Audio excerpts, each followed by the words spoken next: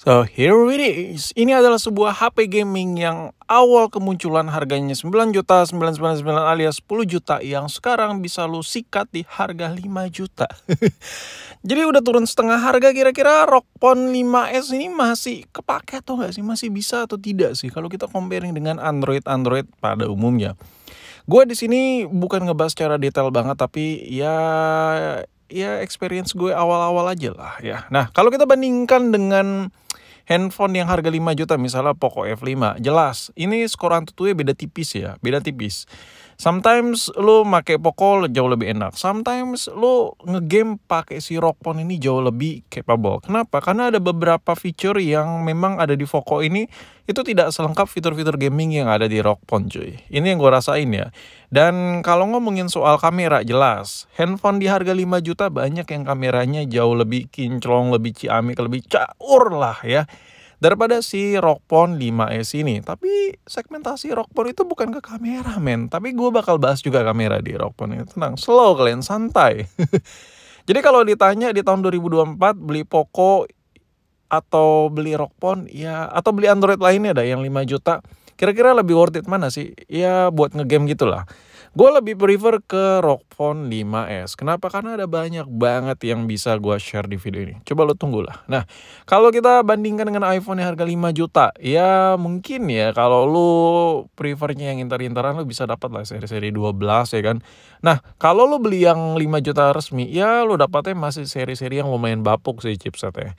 Tapi kalau lo beli yang seri inter, di harga yang sama dengan si ROG Phone 5S ini, kayak lu ambil iPhone 12 misalnya, yang kayak lagi kalian lihat ini. Seri 12 ini ya skor Antutunya, kekencangan chipsetnya juga nggak jauh beda banget. Memang kalau buat pemakaian daily, gue lebih prefer iPhone sih. Jauh lebih enak, lebih simple look aja gitu. Mulai dari screennya, layarnya, ya kan, dan kameranya. Memang ini the best sih. Menurut gue nyaman banget lah. Operasi sistemnya, tampilan ikonnya simple banget lah. Beda sama ROG Phone yang DNA-nya udah gaming banget gitu. Dari icon-iconnya tuh, dari menu settingannya ya kan. Intinya user interface-nya tuh beda sama si iPhone ini.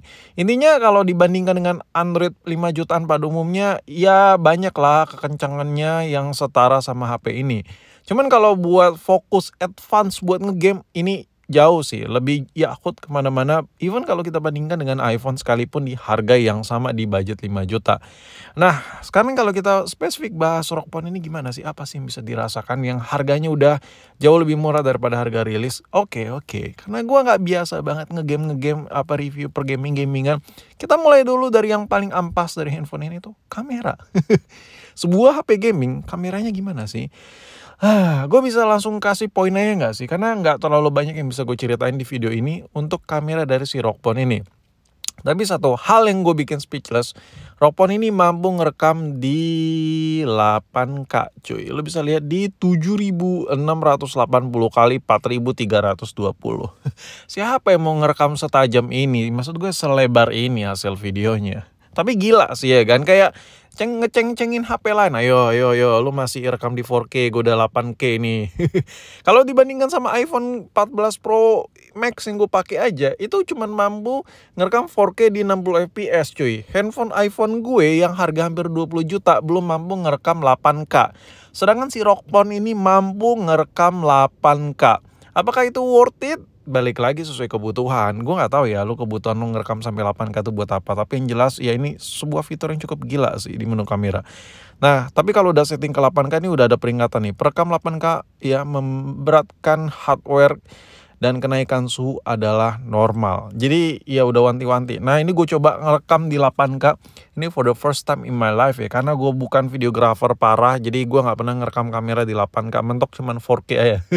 Ini ngerekam 8K cuy.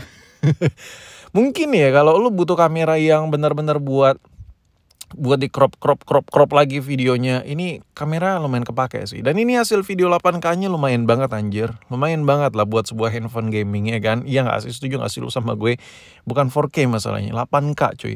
Nah, untuk hasil jepretan videonya, lo bisa jepretan kamera, maksud gue ini hasil foto dari si ROG Phone ini lumayan juga. Belakangnya clearnya ya kan, sama Sartuasi hasil jepretan ya menurut gue cakep sih. Untuk warnanya oke lah. Tapi kalau di budget 5 jutaan lo suruh pilih Android lain, banyak yang lebih good daripada handphone ini. Tapi ini masalahnya bukan ke situ ya kan. HP ini bukan ke situ. Jadi kalau ngomongin kamera, dikasih sebagus ini aja udah it's more than enough menurut gue, karena segmentasinya buat ngegame ya kan.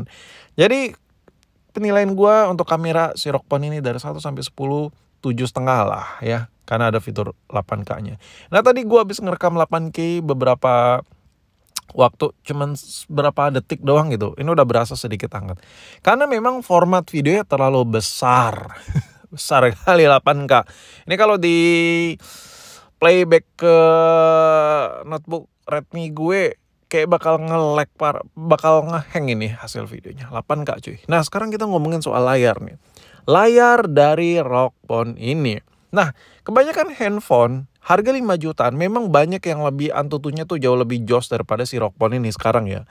Tapi kalau ngomongin soal layar, rata-rata 90 Hz, ya 120 lah banter ya. Ini 144 cuy ya.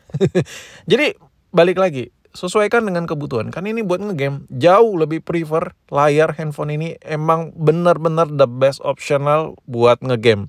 Dan gue ngerasain sendiri ngegame tipis-tipis pakai handphone ini kayak beda aja gitu, kayak masuk ke dimensi lain gitu. Gue ngegame pakai handphone ini. Kalau Android lain budget 5 jutaan banyak skor antutunya yang nyaingin ROG Phone ini, tapi tidak dengan layarnya. Layar ini emang udah bener-bener di atas ya, kastanya udah strata tinggi gitu. Kalau lu bandingin dengan Android lainnya 5 juta buat nyenggol ROG Phone ini agak sulit untuk ngomongin soal layar ya. Agak sulit, lu harus jujur. Dan gue bakal coba kasih dengar ke kalian hasil speaker dari ROG Phone 5s ini kayak gimana. Tapi kalau lu tanya ke gue, ini hasil speakernya ajib sih, gila sih. Gue suka banget sama suara speaker dari HP ini. Jernih gila. Ini kalau buat ngegame, speakernya sebagus itu, kanan kiri segede itu, bassnya dapat, vokalnya vokalnya nimbul banget. Ini ajib, enak banget. Dengan layarnya di atas 120 ya, udah nggak main 120-an, dengan kondisi speaker sejernih itu, dan baterainya 6000 mAh double ya. Dan kameranya dikasih lumayan oke. Menurut gue ini udah all package. Buat lu yang hobi banget ngegame, dipakai daily juga oke. Gini, budget 5 jutaan memang banyak banget handphone yang lebih menggiurkan dari HP ini. Teruntuk masalah chipset yang lebih kenceng gitu.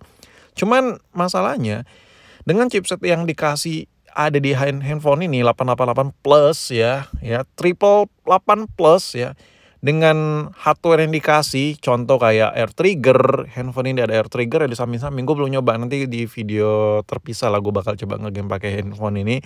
Ini anjir, lu bakal naikin skill lu to the next level dewa cuy.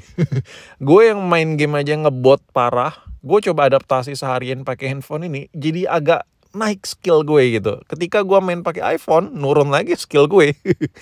Dan memang handphone ini kalau buat ngegame, aduh gila, gue masih ngerasa oke banget anjir, sumpah.